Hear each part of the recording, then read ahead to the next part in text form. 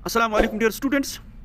अब मैं Z series लेता हूँ। मैथमेटिक्स का जो पेपर कल हुआ ना क्लास 10th का, उसकी जेड सीरीज़ में लेता हूँ। ठीक है, देखिए जेड सीरीज़ में कौन कौन से क्वेश्चन आए थे। पहले मैं लूँगा मल्टीपल चॉइस क्वेश्चंस, उसके बाद 1 मार्क्स के क्वेश्चंस। ठीक है, देखिए पहला क्वेश्चन क्या है। यहाँ पर पहला क्वेश्चन जो है वो है द नंबर 1 इज़, 1 क्या है, a prime number, a composite number, and even number, none of these. इसमें आएगा D part, none of these, क्यों 1 जो है 1 इज़ अ यूनिट नंबर। ठीक है, तो 1 इसमें नन ऑफ दीज आएगा। ठीक है, उसके बाद क्वेश्चन नंबर 2, देखिए क्वेश्चन 2 में क्या है, जीरोज ऑफ क्वाड्रेटिक पॉलिनोमियल। 4 आप निकालिए, 4x कॉमन, उसके बाद x + 2 रहेगा। ठीक है, दोनों को पुट कीजिए 0 के बराबर, इसको भी 0 के बराबर, और x + 2 को भी 0 के बराबर, क्योंकि आपको 0 निकालना है। यहाँ पर देखिए x = 0/4, वो आएगा 0, यहाँ पर आएगा x = -2, तो 0,2 या -2,0। ठीक है, देखिए 0,-2 यहाँ पर ऑप्शन ए सही है। ठीक है ना। The 10th term of an AP 147 is 10th term. पहले आप देखिए कि यहाँ पर a क्या है, a इज़ 1, d इज़ 4 - 1 3। ठीक है, अब देखिए a10 होगा a + 9d। ठीक है, a इज़ 1 + 9 × 3, दिस इज़ 1 + 27 = 28। तो यहाँ पर 28, ऑप्शन बी इज़ करेक्ट। ठीक है, तो ये रहा। क्वेश्चन 4 में है distance between the points x, y and 0,0 is, वो जनाब होगी सी पार्ट डेफिनेटली, क्योंकि इसमें बाकी 0 है। ठीक है, तो सी पार्ट इसका सही आंसर है। ठीक है, अब क्वेश्चन नंबर 5।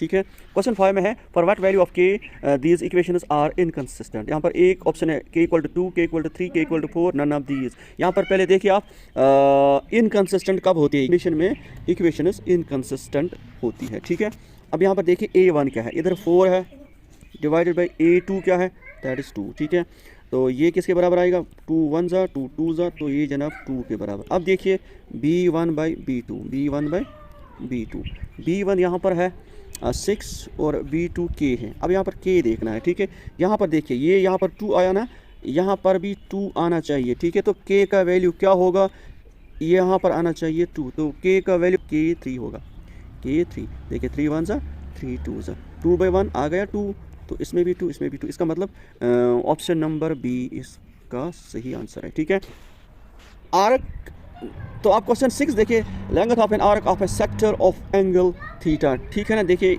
ये अगर ये सर्कल है तो सेक्टर देखिए, दिस इज दी सेक्टर। ठीक है, सेक्टर। अब हमें निकालना क्या है, लेंथ ऑफ आर्क, तो यहाँ से यहाँ तक ये आर्क है, चाहे माइनर हो चाहे मेजर हो, इसके लिए लेंथ क्या होगी, क्योंकि यहाँ पर सर्कल की जो सर्कमफरेंस है वो इन्वॉल्व है, तो 2πr इन्वॉल्व है, आर के साथ 2πr इन्वॉल्व। तो यहाँ पर देखिए 2πr किसके साथ है, तो वो ऑप्शन सी है, θ/360 डिग्री इंटू 2πr, तो ऑप्शन नंबर सी इसका सही आंसर है। ठीक है, 7 देखिए, 7 में है from A point inside the circle the number of tangents that can be drawn is. देखिए सर्कल के अंदर से कोई पॉइंट इधर है, क्या आप टेंजेंट ड्रा कर सकते हो सर्कल को, ना नहीं। ठीक है ना, क्योंकि सर्कल के बाहर हम टेंजेंट ड्रा करेंगे, तो कितने टेंजेंट यहाँ पर ये होगा 0, फिर पार्ट बी। ठीक है ना, 0। 8 में देखिए अ card is drawn from A pack of 52 cards, what is the probability of getting an S card. देखिए एस कितने होते हैं, इसके 13 के 4 ग्रुप्स होते हैं, एक एक ग्रुप में एक एस होता है। ठीक है, तो टोटल 4 एसेस हो गए। ठीक हो गया, फेवरेबल। अब टोटल कितने हैं, 52, नीचे 52, 4 1 ज़ा 4 13, 4 1 ज़ा 4 4 3 ज़ा 2। ठीक है ना, 13, तो 1/3 13 इसका सही आंसर है, दैट इज़ ए पार्ट। ठीक, 9 में देखने cot A is not defined for, तो ये जनाब कॉट 0 पर ये डिफाइन नहीं होता। ठीक, तो स्टूडेंट्स अब क्वेश्चन नंबर 10 देखिए, क्वेश्चन 10 में क्या है, आपको डिस्क्रिमिनेंट बताना है। डिस्क्रिमिनेंट होता है b² - 4ac। ठीक, देखिए b² it is 4² -4 × a, it is 1 × c, it is 5, 4 4 ज़ा 16 -4 5 ज़ा 20, ये है -4, ऑप्शन नंबर बी। ठीक है, अब उसके question 11, if p and q are 2 prime number then LCM of p and q is, वो होगा p × q। सिंपल, क्यों? अगर दो प्राइम नंबर्स हम लेंगे, इनका एलसीएम क्या होगा? 2 1 2 3 ऐसे ही। अब देखिए 3 1 ऐसे ही 3 1 तो एलसीएम होगा 2 × 3 वो होगा 6। तो इसका मतलब इनका ज़रब, ठीक है। तो यहाँ पर 12 the series 2 4 6 2 4 8 16 is an AP. No, ये एपी नहीं है। क्यों? देखिए 2 और 4 और 8 के दरमियान यहाँ पर देखिए डिफरेंस 4 - 2 इट इज़ 2। अब यहाँ पर देखिए 8 - 4 इट इज़ 8 - 4 इट इज़ 4। तो कॉमन डिफरेंस क्या है? तो कॉमन डिफरेंस मत है सेम, तो फॉल्स यहाँ पर है इज़ एन एपी, ये फॉल्स है। इसका और देखिए, इसका और क्या है? हाँ, इसका और है the next theorem of AP 1/3 5/3 9/3 13/3 is 17/3 correct 17/3 is true is क्यों? क्योंकि 1/3 देखिए 1/3 5/3 इसी तरह से 9/3 1 और 5 के दरमियान 4 की डिफरेंस, 5 और 9 के दरमियान 4 की डिफरेंस, इसी तरह 13 और 9 के दरमियान 4 की डिफरेंस, 13 और 17 के दरमियान 4 की डिफरेंस। तो ये ट्रू है, ठीक है। 13 है the value of sine theta increase as theta increases, ये जनाब ट्रू, ठीक। उसके बाद अगला ऑल स्क्वायर्स आर, ये हो गए सिमिलर, ठीक है, सिमिलर। उसके बाद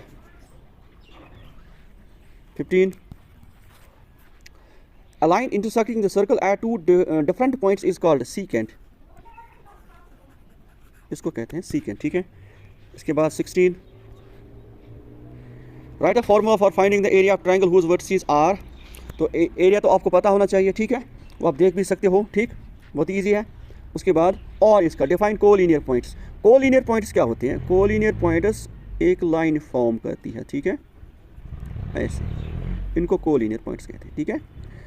those points which form a straight line, ठीक है, आर कॉल्ड कोलिनियर पॉइंट्स। उसके बाद 17 जो है वो देखिए state a similarity criteria for two criterion for two triangles. तो ए का क्या मतलब है? एंगल सिमिलैरिटी क्राइटेरियन, ठीक है। उसके बाद 18 कितना आसान है, डिफाइन लाइन ऑफ साइट, ठीक है। लाइन ऑफ साइट क्या होता है? देखिए जब भी हमारी आंखें एक एंगल बनाती हैं, चाहे वो एंगल ऑफ डिप्रेशन हो चाहे एंगल ऑफ एलिवेशन हो, ठीक है, तो लाइन ऑफ साइट आपको बताना, ये जो आंखें लाइन फॉर्म करती है जिस ऑब्जेक्ट के ऊपर हम देखते हैं, ठीक है, उसको कहते हैं लाइन ऑफ साइट, ठीक। उसके बाद 19 है what is the sum of the probabilities of all the elementary events of an experiment, वो 1 के बराबर होता है, ठीक है, total probabilities always equal to 1। उसके बाद लास्ट क्वेश्चन जो है 20 वो है और right the formula for volume of sphere, वो होगा वॉल्यूम ऑफ स्फीयर 4/3 πr3, ठीक है। हो गए 20 क्वेश्चन।